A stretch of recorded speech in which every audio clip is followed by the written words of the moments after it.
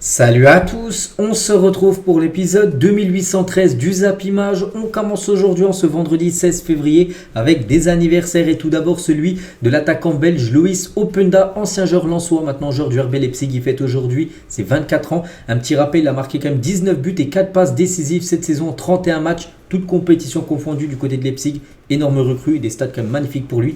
Bon anniversaire à Loïs Openda.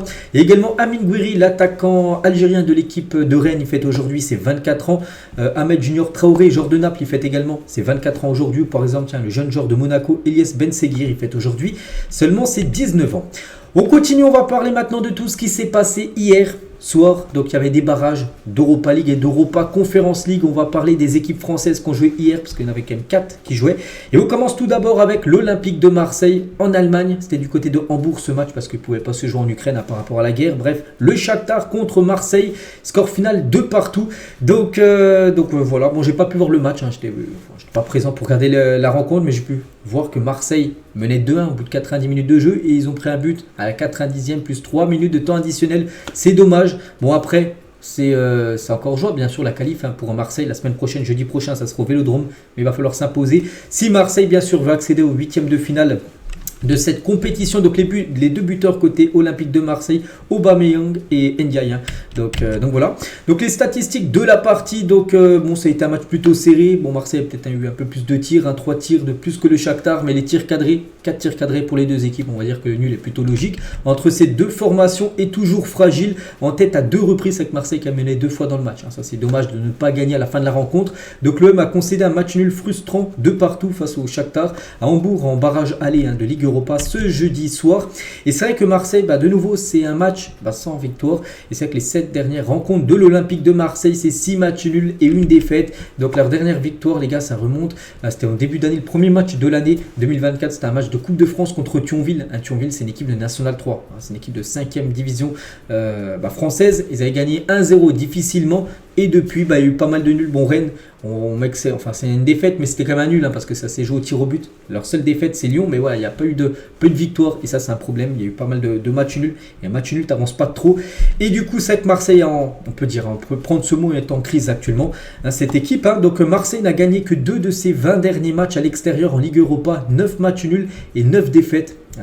Pour seulement 2 victoires, c'est que Marseille voyage très mal, on peut dire, en Coupe européenne.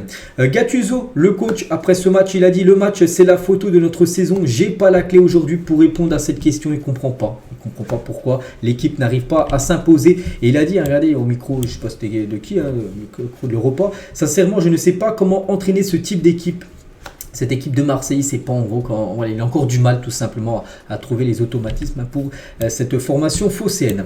L'OM de toute façon n'a plus le choix. Jeudi prochain, il faudra absolument gagner au Vélodrome jeudi prochain. Bon, ça sera à domicile. On pense que le stade sera à guichet fermé. Il y aura bien sûr le 12e homme, les supporters marseillais. Je pense que Marseille peut le faire, mais bon, il va falloir vraiment rentrer dans une dynamique maintenant de victoire côté Olympique de Marseille, parce que pour l'instant, il ne reste plus que le championnat. Bon, on ne pense pas qu'ils vont remporter le championnat, c'est quasiment impossible, on peut dire. Et il reste plus que l'Europa League s'ils ne veulent pas faire une saison blanche de nouveau. Donc c'est pour ça qu'ils doivent absolument s'imposer semaine prochaine pour accéder au 8e de finale. On va parler d'Aubameyang. Il a été buteur hier et c'est un record. Aubameyang devient le meilleur buteur de l'histoire de l'Europa League avec 30 buts à égalité avec Radamel Falcao. Donc meilleur buteur de l'édition 2023-2024. Donc là, cette saison, il est déjà à 6 buts inscrits. Il est tout en haut du classement des meilleurs buteurs de cette Europa League. Il est déjà le 30e but inscrit dans cette compétition. Bon, il en a marqué à Marseille, il en a marqué avec le FC Barcelone, il en a marqué avec Arsenal ou même avec l'équipe de Dortmund. Voilà, donc Cristiano Ronaldo, meilleur buteur en Ligue des Champions. Et en Europa League, c'est Falcao et Aubameyang, les 2 meilleurs buteurs. Et toujours avec Aubameyang, après le nul contre le Shakhtar, il a dit: il faut se rendre compte que ce qu'on fait, ce n'est pas assez, bien sûr. Il faut se bouger le cul, tout simplement. Tout le monde est conscient qu'on peut faire 10 fois mieux quand on attaque et on joue notre football. On sait faire la différence avec cette équipe de Marseille. Les gars, quand on regarde sur papier, il y a quand même des très bons joueurs. Vous savez, les joueurs, je ne vais pas tous les citer, mais c'est vrai qu'on attend beaucoup plus de l'OM, surtout en Ligue 1. Parce qu'en Coupe d'Europe, c'est du bonus, mais voilà, c'est la Ligue 1 vraiment où Marseille doit au moins être dans les 3 premiers. Puis là, je ne sais plus combien, ils sont trop longs au classement. Et ça, c'est un gros problème du côté de l'OM. Et toujours sur ce match, le parcage Marseille à Hambourg a refusé le maillot d'Aubameyang à la fin du match Shakhtar OM. Pourtant, il a fait un bon match. Aubameyang, il a été buteur, mais à la fin du match, il voulait en donner son maillot, vous savez, le jeter dans les tribunes. Et les supporters marseillais ont dit non, on n'en veut pas de ton maillot. Voilà. Alors que quand même, regardez, dans le journal d'équipe aujourd'hui, il a obtenu une note de 7 sur 10, qui équivaut à un bon match, alors que l'autre attaquant, Faris Moumbania, n'a pas réussi grand-chose. Lui, une note de 2 sur 10. Donc 2 sur 10, les gars, c'est très mauvais match. C'est dans le barème, bien sûr, de l'équipe par rapport aux notes. Donc voilà. Concernant, bien sûr, cette équipe de l'OM, et petite pensée quand même pour Iliman Ndiaye, donc, qui est utilisé sur un côté depuis 6 mois par son coach, alors que c'est un joueur d'axe. C'est un joueur qui peut jouer en faux numéro 9, en numéro 10, mais vraiment dans l'axe du jeu, au centre du jeu, alors qu'il est souvent utilisé sur le côté du côté de Marseille. Donc voilà, c'est vrai qu'on attendait beaucoup de lui, souvenez-vous, c'était son club de cœur, Marseille, tout le monde était très content, mais c'est vrai que ses performances ne sont pas super. Bon, il a été buteur hier, mais après, peut-être ses performances ne sont pas super parce que peut-être il ne joue pas à son poste. Je dis, il joue sur le côté, alors que son poste de base, c'est dans l'axe du terrain. Donc voilà ce qu'on va dire sur le match de Marseille. On va parler de l'équipe de Lens contre Fribourg. C'était hier soir, j'ai un peu regardé le match, c'était sur W9. Bon, pas de but, 0-0, c'est dommage parce que je pense qu'il y avait la place pour Lens. Bon, voilà, tout reste jouable pour Lens parce qu'il va falloir maintenant s'imposer. Ça sera Fribourg. Ça sera très compliqué parce que cette équipe que j'ai très peu vue jouer dans ma vie à Fribourg, ils ont vraiment produit une belle partie. Le nul est plutôt logique. Donc les stats de la partie, donc regardez, même Fribourg a peut-être même mérité un petit peu plus. Donc 17 tirs pour Fribourg, 13 pour Lens, mais un tir cadré seulement pour Lens, 4 tirs cadrés pour Fribourg. Donc voilà, Lens s'en sort plutôt bien. Bon, après, c'est pas cuit, mais bon, il va falloir faire un résultat semaine prochaine du côté de l'Allemagne. Donc face à cette très belle équipe, je l'ai dit, qui était bien organisée, qui est une très bonne équipe allemande. Donc les top flops de ce Lens Fribourg, donc Danso assure, en plus un coup il a sauvé une balle sur la ligne, voilà, sinon c'était 1-0 pour Fribourg, je sais pas comment il a fait, bref 7 sur 10 pour le défenseur lensois. Et Wai, les gars, bon, vous voyez, on l'a pas vu, une note de 3, un mauvais match de la part de l'attaquant français. Et officiel concernant cette rencontre, on savait bien sûr que le public allait être présent, et bien sûr il a été présent de nouveau, un guichet fermé, comme le 41e guichet fermé consécutif. Je ne sais pas si vous vous rendez compte, c'est exceptionnel. 41 matchs d'affilée où il n'y avait plus de place à vendre du côté du stade de Lens. On continue, on va parler d'une équipe de Rennes qui se déplaçait à l'AC Milan. Et ça a été très compliqué pour le stade rennais qui a pris 3-0. Donc Loftus-Cheek a inscrit un doublé et Raphaël Leao a également marqué un but. Donc voilà, il y a une période où ça a été... où ils n'existaient plus, Rennes, où ils ont pris but sur but, là, enfin 48e et 53, puis voilà, bon là ça va être compliqué. Bon, il reste un match retour, ça sera au Roison Park, et il va falloir revenir, surtout remonter 3 buts face à l'AC Milan, ça va être compliqué, mais bon, pas non plus impossible. On sait déjà des équipes qui ont gagné 4-0 match aller, puis après on perdu 6-1, bien sûr. Bon, on verra les gars, on verra ce que ça va donner, mais bon, ça va être délicat, bien sûr. Pour le stade rennais, donc la douche italienne, tout simplement, parce que peut-être une défaite 1-0, voilà, tout reste jouable, mais 3-0, je trouve que c'est très dur quand même pour le stade rennais. Et Stéphane, les gars, le coach, il a dit, ça a complètement vrillé en 3-4 minutes avec les deux buts encaissés. Donc cela compromet forcément nos chances pour le match retour. C'est vrai que 1-0 et 3-0, c'est pas du tout pareil en score à revenir. Après, on sait pas, les gars, peut-être au match retour, par exemple, je sais pas, tiens, l'AC Milan, ils prennent un rouge au bout de 10 minutes de jeu, ils prennent un but aussi au bout de 10 minutes de jeu. On ne sait pas ce qui peut se passer, bien sûr, lors d'une rencontre de football. Et Désiré Doué, il y croit tout simplement. On va aborder ce match retour face à Milan comme une finale. On y croit sincèrement, on y croit. Et de toute façon, Rennes n'a rien à perdre. Ils vont essayer de tout tenter, ils vont mettre une grosse pression.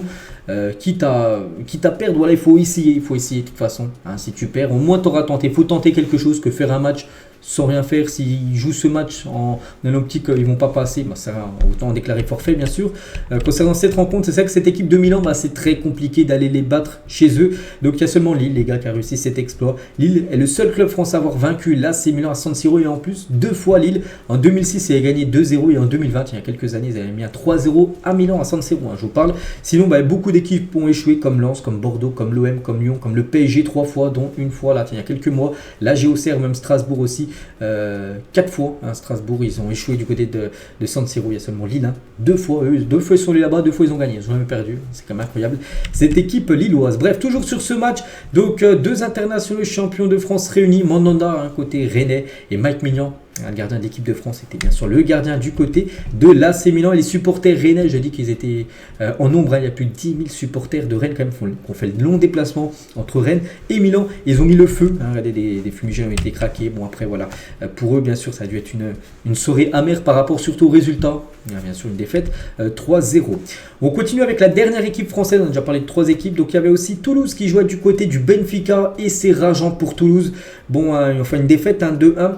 Donc voilà, Dessler a marqué le but égalisateur. Côté toulousain, ils ont égalisé. Mais Di Maria, ce diable de Di Maria, a inscrit un doublé sur penalty. Pas de chance. Et surtout, le deuxième but inscrit sur penalty à la 90e, plus 9 minutes de temps additionnel. C'est vraiment dommage. Sur un penalty bête, parce que je vais vous montrer la faute. Il aurait pu éviter ça, le joueur de Toulouse.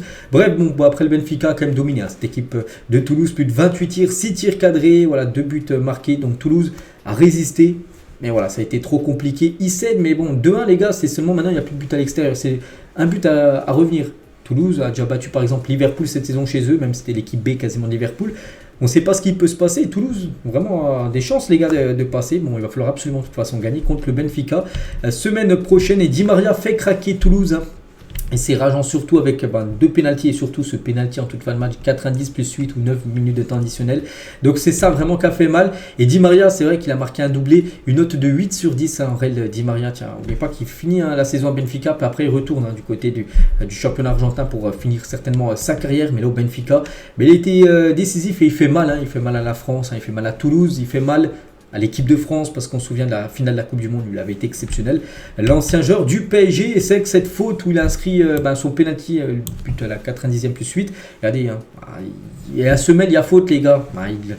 Il fallait y aller un petit peu plus doucement tout simplement. Bon, après dans le fait de jeu, peut-être c'est plus facile à le dire que faire, mais voilà, cette faute fait penalty bien sûr pour le Benfica et but juste après.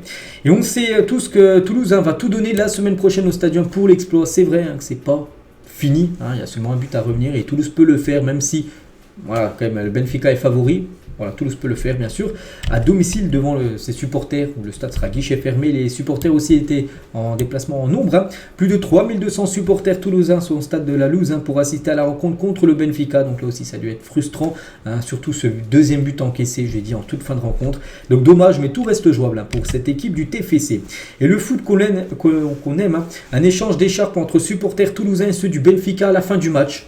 Voilà ce qui s'est passé, c'est bien passé, il n'y a pas eu d'embrouille entre supporters toulousains et portugais, non, vraiment il y a eu beaucoup de respect entre les deux copes de supporters. Et Moussa Diarra, défenseur qui joue à Toulouse, affronté hier soir en Europa League le Benfica, un journaliste de Canal+, donc lui posait des questions, lui a posé une question les gars de ce qu'il pensait du départ de Mbappé, qu'on va parler beaucoup tout à l'heure là, du PSG. Donc alors qu'il venait de jouer un match, alors qu'il venait de perdre, il a dit sa réponse, je ne sais pas quoi en penser, je joue à Toulouse, je joue contre le Benfica et on me parle du PSG, c'est pas que je m'en fiche un peu, mais j'ai d'autres problèmes plutôt que gérer la carrière de Mbappé. Donc des fois les journalistes à Canal+, pourquoi il dit ça, voilà, pose-lui des questions sur le match, pourquoi tu lui poses une question sur Mbappé alors qu'il n'en a rien à faire, bien sûr il joue à Toulouse, il ne regarde pas bien sûr la carrière de Mbappé, donc des fois ils font n'importe quoi les journalistes. Bref, donc du coup le bilan des clubs français, c'est pas bon du tout les gars. Donc la soirée des clubs français, c'est 2 nuls et 2 défaites, aucune victoire. Bon après il y a quand même 3 équipes sur 4 là qui recevront au match retour, ça va être la semaine prochaine. Donc mais bon, c'est pas bon les gars. Voilà, il va falloir s'imposer et on espère que sur ces 4 là qu'il y en a au moins 2, espérons un peu plus, voire 3 qui se qualifient, parce que sinon ça pourrait être déjà fini pour elle dès les 16e de finale. Et c'est vrai que cette semaine seulement le PSG s'est imposé en Coupe d'Europe cette semaine avec la victoire 2-0 contre la Real Sociedad. Donc le bilan des clubs français, là si on rajoute la Ligue des Champions, une victoire, le PSG, 2 nuls et 2 défaites. Je dis le bilan n'est pas du tout bon pour l'indice UEFA français. Et le classement UEFA qui a été mis à jour après ces rencontres, rencontre de la semaine. Donc le PSG reste à 4e position au monde bien sûr. Donc Stade Rennais 45e, Lille 46e, OM 47e, Lens 112e et Toulouse 112e également. Donc voilà. Concernant l'équipe de Lyon, ils sont entre le PSG et Rennes, mais bon, vu que Lyon n'est pas engagé, c'est pour ça qu'ils ne sont pas mis là. Mais voilà, Lyon est quand même toujours la 2e équipe française, la mieux classée on peut dire au classement UEFA. Et c'est vrai que les supporters ont quand même répondu présent. Parce que 15 000 supporters français se sont déplacés en Europe cette semaine, 10 000 pour Rennes, 3 200 pour Toulouse et pour les supporters marseillais, 1 700 supporters marseillais qui ont fait le long déplacement à Hambourg. Donc voilà, merci d'avoir fait honneur à la Liga, même si les résultats n'ont pas été à la hauteur de ce qu'on attendait. Les autres matchs, parce qu'il n'y a pas que des équipes françaises qui jouaient hier, on continue avec les barrages de l'Europa League. Le Feyenoord contre l'AS Roma, donc score nul entre les deux équipes, donc plutôt un bon résultat, voilà, parce que vu que les clubs français ont floppé, donc là c'est une équipe néerlandaise, et on sait que le championnat néerlandais est juste derrière le championnat français, donc voilà, ils n'ont pas gagné, enfin l'équipe là néerlandaise, donc tant mieux. Donc à partir entre ces deux équipes, on peut voir les statistiques de la partie, donc le match retour à Rome, jeudi prochain, pour savoir qui sera qualifié. Et buteurs ce soir avec leur club respectif, Lukaku et Simon Banza vont apporter leur soutien au peuple congolais. Ouais, c'est pour ça qu'ils ont fait cette célébration. Ces deux-là, donc on a parlé de Lukaku avec l'AS Roma, mais on va parler de Banza. Donc Banza, qui a été buteur avec Braga, mais bon, défaite 4-2 de Braga contre Karabakh. Ça, c'est pas un bon résultat, bien sûr, pour Braga en plus, qui devra se déplacer à Karabakh jeudi prochain pour se qualifier pour les huitièmes de finale de l'Europa League. Donc avantage, bien sûr, pour Karabakh pour se qualifier. Pourtant, ils ont été un peu plus dominés, 5 tirs cadrés, mais 4 buts inscrits. Ultra efficace, cette équipe de Karabakh. Les Young Boys de Berne contre le Sporting, et c'est le Sporting qui s'est imposé 3-1. Notez que Joe Keres a été plutôt buteur. Donc un joueur qu'on parle beaucoup parce que c'est un attaquant suédois qui marque pas mal. Et on va parler de lui parce que ses stats sont magnifiques. Donc tout d'abord les stats de cette partie. Et ce joueur, les gars, également, j'ai dit buteur hier contre l'équipe suisse. Donc 30 matchs, 28 buts et 11 passes D. Donc il est devant Kylian Mbappé, le joueur avec le plus de buts et de passes D des 7 grands championnats européens. Donc voilà, la saison est exceptionnelle pour l'attaquant suédois. Le Galatasaray contre le Sparta Prague, donc 3-2 pour l'équipe turque du Galatasaray. Donc Icardi a été buteur, Mertens et Demirbay a été également buteur. Donc le match retour se jouera à Prague jeudi prochain pour savoir qui se qualifiera pour les huitièmes de finale. Et sinon, tous les autres résultats, je crois que je parlais de toutes les affiches, parce qu'il y a pas mal d'équipes françaises. Donc on a parlé des 4 matchs déjà des équipes françaises. Puis oui, je parlais de tous les matchs. Donc là, c'est les 16e de finale. N'oubliez pas qu'il y a les équipes comme Liverpool, je répète, ou même le Bayer Leverkusen qui ont fini première de leur poule. Elles sont déjà qualifiées directement pour les huitièmes de finale. Concernant les barrages de l'Europa Conference League, donc voici tous les résultats. Donc Union Saint-Gilloise a fait 2-2 contre Francfort. L'Ajax a fait 2-2, ça c'est bon aussi, vu que l'équipe néerlandaise ne s'est pas imposée 2-2 contre Bodo Glimt. Le Betis s'est incliné à 0 contre Dynamo Zagreb. En plus, ils vont devoir se déplacer en Croatie pour le match retour. Donc voilà, concernant ces 16e de finale, allez. On revient nous sur la Ligue des Champions et voici les notes des joueurs du PSG contre la Real Sociedad. Donc c'est les internautes sur le site de l'équipe qu'on noté. On va voir toutes les notes. Donc par exemple, la note la plus haute, c'est Dembélé, une note de 6.9. Notez que c'est Kylian Mbappé qui a reçu le prix du meilleur joueur du match. Et voilà, c'est bien Dembélé qui a été mieux noté lors de cette rencontre contre bien sûr la Real Sociedad. Mbappé 6.7 ou Barcola 6.5, donc plutôt pas mal pour la triplette française. Donc la note la plus basse, c'est Beraldo 3.9, c'est qu'il n'a pas été super bon. Il a vraiment pris la foudre par Kubo en tout début de match. Et on va parler de Marquinhos qui a fait son match. Regardez Marquinhos 5.7, puis même pour ceux qui ont regardé le match, là, sans parler de sa note, il a été très bon défensivement. Et Daniel Riolo, les gars, à propos de Marquinhos avant-hier, Riolo, vous savez, quelqu'un sur l'afterfoot, qui envoie pas mal de piques à tout le monde, et il a dit il flippe, honnêtement je ne sais pas, il a toujours l'air d'être apeuré dans ses prises de balles. L'expérience qu'il a, c'est une expérience de lose. En gros, il dit que c'est un loser tout simplement, alors que pour moi il a fait son match. Marquinhos, on ne sait pas ce qu'il cherche. Riolo, il cherche à faire du buzz, voilà, c'est plutôt ça. Donc le frère de Marquinhos, Luan Awas Correa, a réagi froidement ce jeudi sur Instagram aux critiques du journaliste. Il a dit, en mentionnant tout d'abord Daniel Riolo, si tu es un homme, dis-moi tout ce que tu as dit aujourd'hui en face à face, on verra qui va se chier dessus. J'espère qu'on va se rencontrer rapidement. Voilà ce qu'il a dit le frère, je pense que ça doit être son grand frère à Marquinhos, par rapport à Riolo qui a critiqué son frère, disant qu'il avait fait un match honteux, que c'était un loser, tout ça, alors qu'il a fait son match. Marquinhos, je le trouvais plutôt bon défensivement, donc voilà. Voilà, une petite info concernant Riolo. On va parler d'un joueur français qui a été performant, c'est Guendouzi, les gars, il a reçu le prix d'homme du match lors de la rencontre contre le Bayern. Il a reçu une note de 7.5 sur 10 dans la Gazzetta après son match. Donc le patron du milieu de terrain et pas que, il enchaîne les kilomètres sans perdre en lucidité, parfait dans les deux phases. Voilà, donc un gros match de la part de Guendouzi. N'oubliez pas qu'il avait quitté Marseille parce qu'il ne jouait plus. C'est vrai qu'avant de quitter Marseille, il était tout le temps sur le banc. Et maintenant, il a fait une masterclass contre le Bayern avant-hier. On continue les gars, on va parler de 2 rencontres de Ligue des Champions asiatiques. Tout d'abord l'équipe de Al Ittihad sans Benzema qui n'a pas été retenu pour ce match, mais ils ont fait 0-0. Voilà, l'équipe de Al Ittihad. Bon, il y avait Kanté, il y avait les autres joueurs un peu connus, mais voilà, Benzema n'était pas là et du coup score nul. C'est vrai que Benzema a peut-être été utile lors de cette rencontre. Donc match retour. Enfin, quelques semaines, bien sûr, cette fois-ci en Arabie Saoudite. Et l'équipe de Al Hilal jouait contre une équipe d'Iran, c'est pas fan. Et du coup, Al Hilal s'est imposé 3-1, donc prend une belle option pour se qualifier pour les quarts de finale. Donc là, c'est les huitièmes de finale aller. Donc il y aura un match retour, j'ai dit, d'ici quelques jours. Et concernant l'équipe de Al Hilal où joue un certain Neymar, donc Neymar blessé depuis quasiment le début de saison. Et Neymar, ça, il a repris un peu le renforcement musculaire, tout ça. C'est plutôt une bonne nouvelle. Donc voilà, parce qu'on a des photos qui ont apparu de Neymar. Et cette photo, on a l'impression aussi, je sais pas si c'est une photo montage, j'en sais rien, mais c'est que si c'est pas une photo montage, on peut voir quand même qu'il a pris un peu de poids, mais là sur ces photos, un peu plus fit. Neymar, Neymar les gars, s'il revient les gars, ça sera début de saison prochaine. Il devrait louper la Copa América avec la sélection brésilienne l'été prochain. Le programme du jour aujourd'hui, parce que c'est fini la Coupe européenne, on est vendredi, jamais de Coupe d'Europe. Le vendredi, ça repasse au championnat. Cologne contre le Werder, Villarreal contre Retafe, Lyon contre Nice ce soir, 21h, une très belle affiche. Torino Lecce et l'Inter Milan, qui joue en Ligue des Champions semaine prochaine. Et ils reçoivent la Salernitana, c'est simple. L'Inter premier, Salernitana 20e dernière. Donc voilà, match totalement déséquilibré. On n'est jamais à l'abri d'une surprise. Donc voilà le gros programme du jour. On passe maintenant au dossier Kylian Mbappé. Bon, je pense que tout le monde le sait. Vous avez pu, enfin, je pense que vous avez vu les réseaux sociaux, tout ça, ça en parle énormément.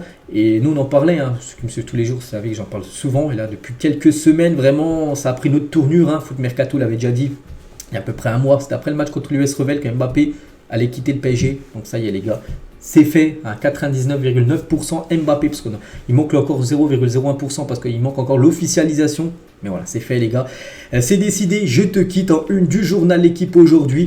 Donc le feuilleton est terminé, libre de tout contrat. Kylian Mbappé a annoncé cette semaine à ses dirigeants qu'il quitterait le PSG en fin de saison. Sauf coup de théâtre, il rejoindra le Real Madrid. Donc voilà, Kylian Mbappé et le PSG. Et ça va se finir dans 4 mois et 14 jours, à peu près le 30 juin prochain. Donc l'annonce de la décision de Kylian Mbappé a lieu mardi après l'entraînement du PSG. Donc n'oubliez pas qu'on parlait beaucoup là ces derniers temps, depuis début janvier, qu'il va annoncer sa décision avant le match contre la Real Sociedad. Ça a été bien ça. Il l'a annoncé bien avant, avant le match contre la Real Sociedad, vu que c'était la veille.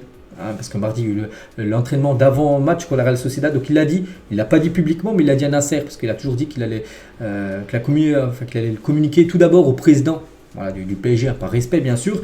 Donc Nasser a ensuite réuni Luis Campos et Luis Enrique pour leur communiquer la mauvaise nouvelle bien sûr, parce que le PSG souhaitait garder Kylian Mbappé. Il lui avait proposé vraiment un contrat, les gars, que tu peux pas refuser. Mais Mbappé, les gars, met une grosse croix quand même sur un gros contrat en or pour quitter tout simplement le Paris Saint-Germain. Et allez, même Fabrizio Romano le confirme. C'est Romano, ce qu'il a toujours dit, il a déjà envoyé des infos, mais il n'avait pas encore dit ça, qu'il a dit c'est fini entre le PSG et Kylian Mbappé. Il a dit ça, les gars, dans une interview hier. Donc voilà, s'il dit ça, les gars, c'est que lui, c'est quasiment une valeur sûre, Fabrizio Romano. Donc il y a lui, regardez, il y a aussi des autres journalistes très réputés, Fabrice Hawkins, David Ornstein, le journal L'équipe, AFP-FR. Donc voilà, ça c'est vraiment des sites très fiables. Voilà, donc voilà, maintenant c'est fini, les gars, c'est sûr, je dis, qui va quitter l'équipe du PSG. Donc le Paris Saint-Germain, c'est tête d'affiche depuis moins d'un an. En gros, va perdre ses 3 joueurs stars. Donc déjà, Neymar et Messi ont quitté le club l'été dernier. Et Mbappé. Normalement, là, dans quelques mois, les gars, ça sera fini. Du côté de Paris, donc ça va être un nouveau cycle, quand même, du côté du Paris Saint-Germain. Donc, arrivé il y a 7 ans pour 180 millions d'euros, Kylian Mbappé va quitter le PSG libre de tout contrat. 0 €, il va partir. Donc, en étant devenu le meilleur buteur de l'histoire du club. Un mot sur son passage au Paris Saint-Germain. Moi, je peux prendre le mot légende.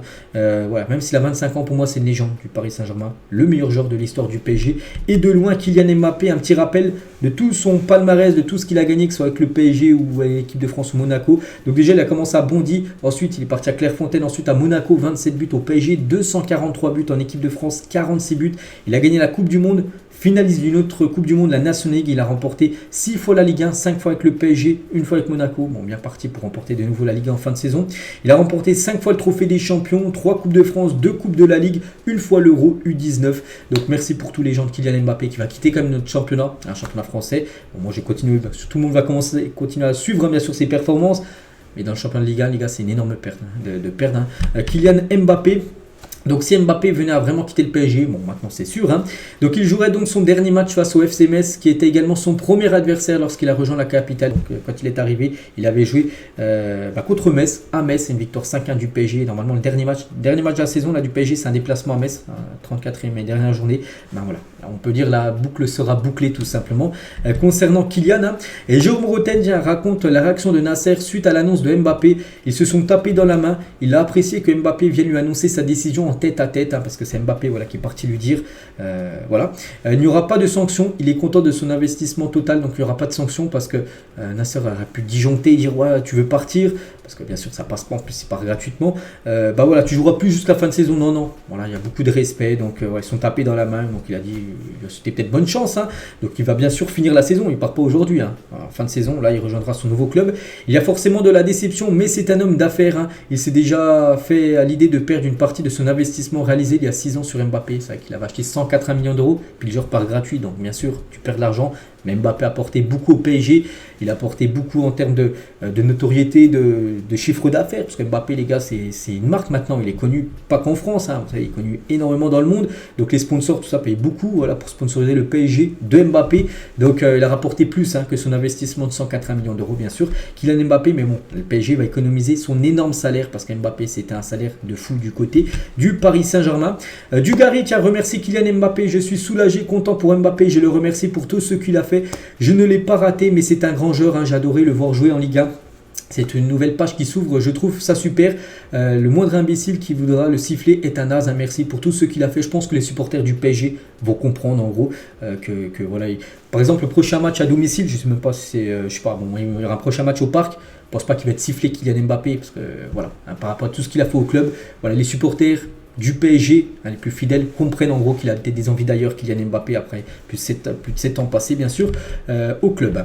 Lizarazu lui l'a dit, hein, Kylian Mbappé ne nous appartient pas, c'est sa vie, s'il a envie dans ses rêves de gosse de jouer au Real Madrid, il a le droit. Il a donné 7 ans au PSG, hein, c'est pas mal quand même, hein, et je crois que c'est normal qu'il ait envie de vivre autre chose bien sûr, hein. C'est pour ça qu'il faut comprendre totalement bien sûr et accepter totalement la décision de Kylian. Et moi tu as regardé sur Twitter, j'ai dit je comprends qu'Mbappé souhaite quitter le PSG, il a été au top depuis son arrivée en 2017. Il a fait changer le PSG de dimension parce que comme j'ai dit, hein, il y a eu le PSG de Mbappé, hein, il a été très important.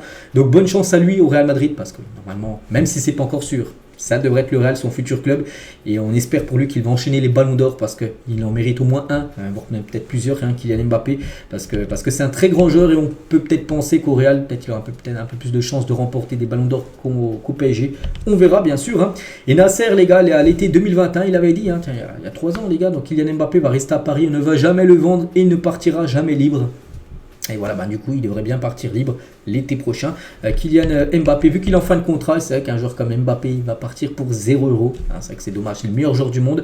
0 €, il va quitter le club quand en fin de contrat. Voilà, c'est pour ça qu'il faut bien gérer les contrats. C'est pour ça qu'il y a souvent des clubs, quand un joueur arrive à 1 an de la fin de son contrat, ils le vendent, hein, pour éviter qu'il parte libre lors de la fin de son contrat. C'est vrai que même un chewing-gum, les gars, il coûte plus cher que Kylian Mbappé. Bon, c'est bien sûr d'ironie parce que Mbappé, les gars, pour le Real, s'il va au Real, et le Real va lui donner une grosse prime à la signature. Et Mbappé pourrait reverser, les gars, au PSG une partie de sa prime à la signature qui pourrait être aux alentours des 120 millions d'euros pour faire comme s'il y avait eu un transfert. Donc je sais pas, on va dire au pif. Car le Real lui donne 120 millions d'euros de prime à la signature. Et peut-être Mbappé pourrait donner une partie, j'en sais rien, peut-être un tiers, 40 millions d'euros au PSG. Voilà, comme c'était un transfert en gros, vous avez compris ce que je veux dire. Donc il a déjà un accord pour renoncer à des primes, hein, avec son départ libre à hauteur de 100 millions d'euros. C'est vrai qu'il avait déjà aussi mis une croix sur des primes de fidélité qu'il devait recevoir, Kylian Mbappé. Et du coup, vu qu'il quitte le club, il ne touchera pas ces primes-là que le PSG aurait dû lui verser. Donc voilà, hein, il ne part pas en mettant le club dans la galère, hein, non plus. Bon, le PSG n'est pas dans la galère, mais il aurait pu vraiment demander vraiment beaucoup, hein, en prime de fidélité qu'il aurait dû recevoir. Il va faire une croix sur ça. Et Kylian Mbappé. Et Mbappé, concernant son futur club, parce que là on parlait surtout du départ, hein, voilà, que c'était fini au PSG, mais voilà, où il va aller. Et bien sûr, il n'y a plus trop de surprises, même si on n'est jamais près d'un coup de théâtre, hein. Mais bon, il aurait dit oui au Real Madrid, hein, c'est son rêve, les gars, on le sait, hein, du côté du Real, c'est pas nouveau, hein, on l'a pas appris en 2024 qu'il kiffait le Real, on le sait déjà depuis 2017, même bien avant, en 2017, parce qu'avant, quand il était à Monaco, il avait failli aller au Real, puis du coup il avait préféré rester en France, et tant mieux, parce que je pense qu'il a pris la bonne décision d'être resté en France. Quand on voit tout ce qu'il a fait au PSG, c'est très bien, et c'est vrai qu'il rêve, hein, du Real Madrid. C'est vrai que le Real Madrid va accueillir Kylian Mbappé, et ça c'est fou, les gars, parce que c'est un très grand joueur, et quand on sait déjà les joueurs qu'il y a dans cette équipe, regardez Tchouaméni, Bon, il a rien réagi, juste il a mis 2 petits popcorn pour le feuilleton Kylian Mbappé, parce que peut-être lui il est en contact avec Mbappé, puis peut-être il le sait déjà que Kylian Mbappé va rejoindre le Real. Mais voilà, juste mis 2 petits popcorn pour savoir maintenant l'avancée bien sûr de ce transfert. Donc Kylian Mbappé qui a déjà joué dans le stade du Real Madrid, donc bientôt il jouera dans le stade du Real, mais avec le maillot blanc du Real Madrid. Donc tiens, ce supporter lors de la finale de la Ligue des Champions au Stade de France contre Liverpool, Mbappé 0 Champions League parce qu'Mbappé l'avait refusé de signer du côté du Real. Donc voilà, maintenant je pense que ce supporter achètera le maillot du Real avec le flocage.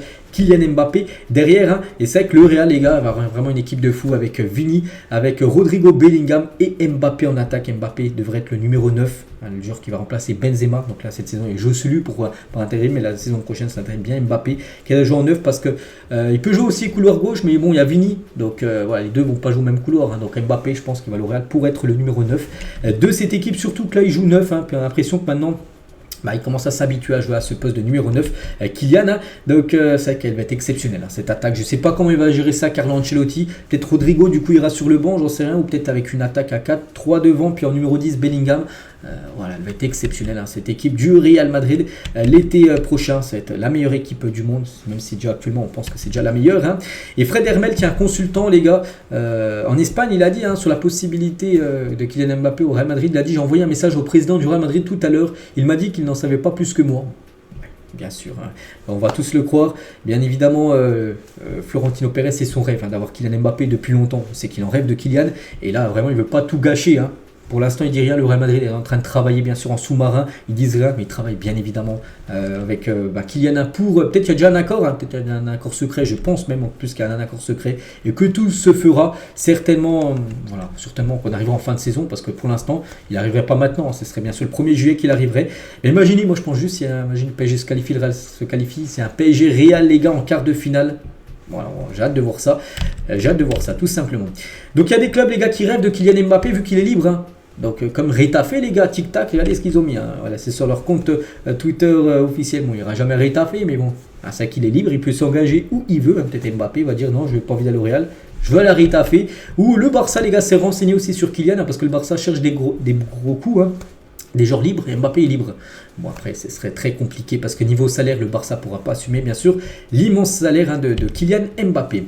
Et la décision de Kylian Mbappé va faire économiser 200 millions d'euros par an au Paris Saint-Germain. Le club va se concentrer sur les jeunes et le collectif pour se reconstruire parce que, bien sûr, il y aura l'après Kylian Mbappé. Du côté de Paris, ça va laisser comme un gros vide parce que c'est un joueur quand même qui plantait Kylian Mbappé au moins 50 buts au moins par saison. Donc, il va falloir trouver un joueur comme ça. Il n'y en a pas beaucoup. Il y a peut-être Haaland, mais Haaland ne viendra pas au PSG. Donc, voilà, tu vas du coup le remplacer avec un joueur qui aura des moins bonnes stats que lui. Ça va être très compliqué bien sûr de trouver son remplaçant, mais bon, il n'y a pas le choix. Le joueur quitte le club. Donc voilà tout ce qu'il y a à dire sur Kylian Mbappé. Après moins 10 minutes à en parler, mais ça parle quand même de Mbappé, un énorme transfert les gars.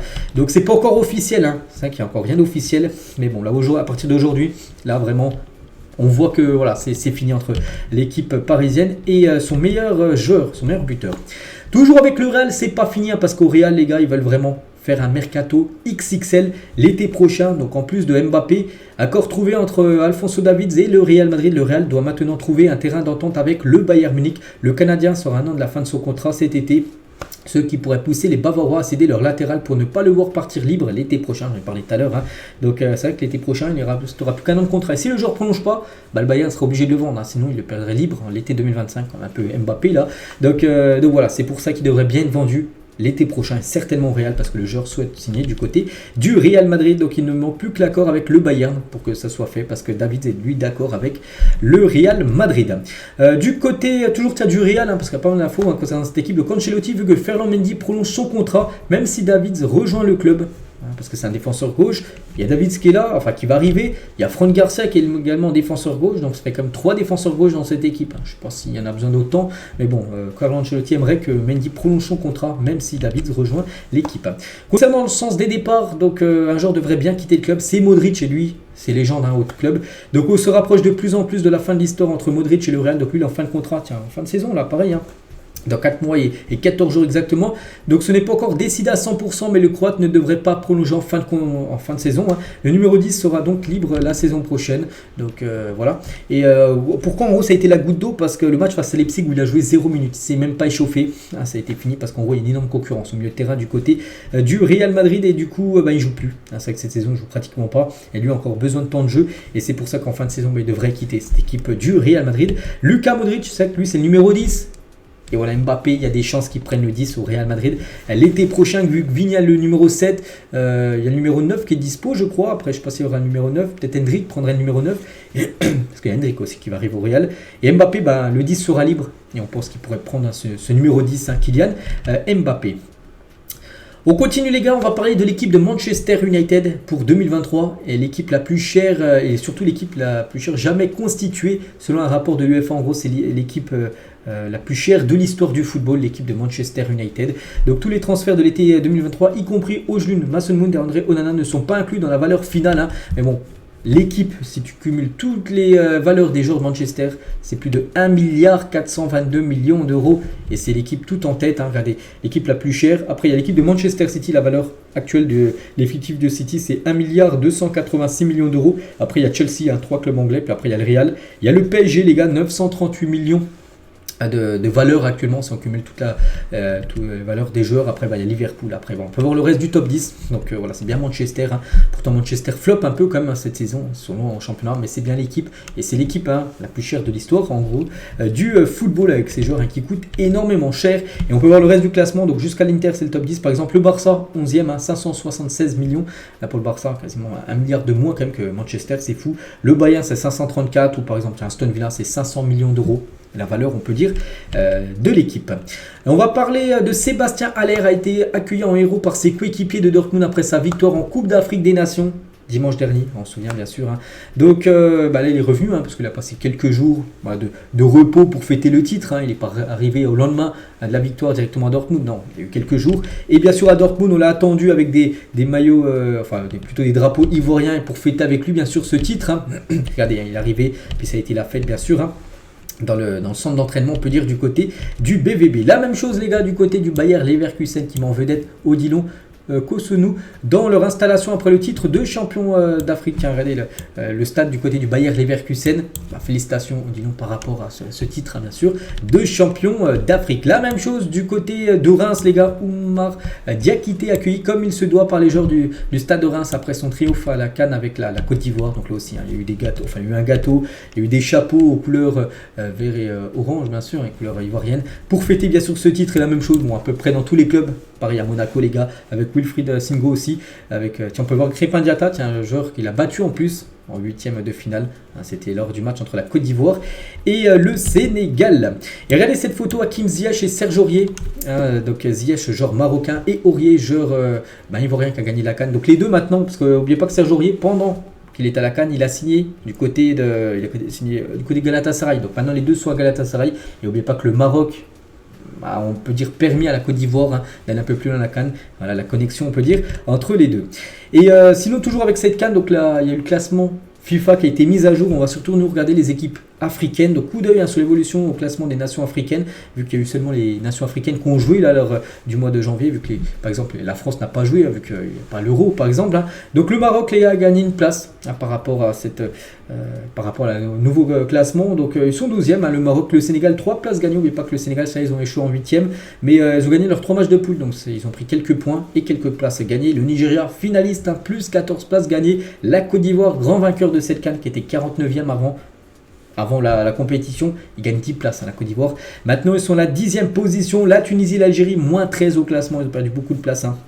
Ils ont perdu pas mal de matchs, donc voilà, ils ont floppé. Le plus grosse montée les gars c'est l'Angola, 93e, plus 24 places gagnées pour l'Angola. Donc c'est fou, c'est fou quand même. Et c'est une équipe les gars qui a gagné le plus de places, on va dire, lors de ce nouveau classement. Donc voilà, tout le classement, toutes les équipes là qui ont joué la Coupe d'Afrique des Nations. Et si vous voulez avoir le classement aussi des autres nations, donc ça bouge pas dans le top 10, toujours l'Argentine en tête devant l'équipe de France, l'Angleterre 3e, Belgique 4e et le Brésil à la 5e position, Portugal 7e, l'Italie 9e et la Croatie à la 10e position. Donc voilà les gars, tout ce qu'il y a à dire aujourd'hui. J'espère que ça vous a plu. Gros épisode aujourd'hui, hein. Pas mal d'infos, les résultats des matchs, mais surtout le feuilleton Mbappé, les gars, vraiment qui a pris un tournant là aujourd'hui, hein, depuis quelques jours là, avec quasiment on peut dire la certitude maintenant que Mbappé va rejoindre le Real Madrid. Allez, je vous laisse, je vous souhaite une très bonne journée et on se retrouve demain samedi pour le prochain numéro. À demain.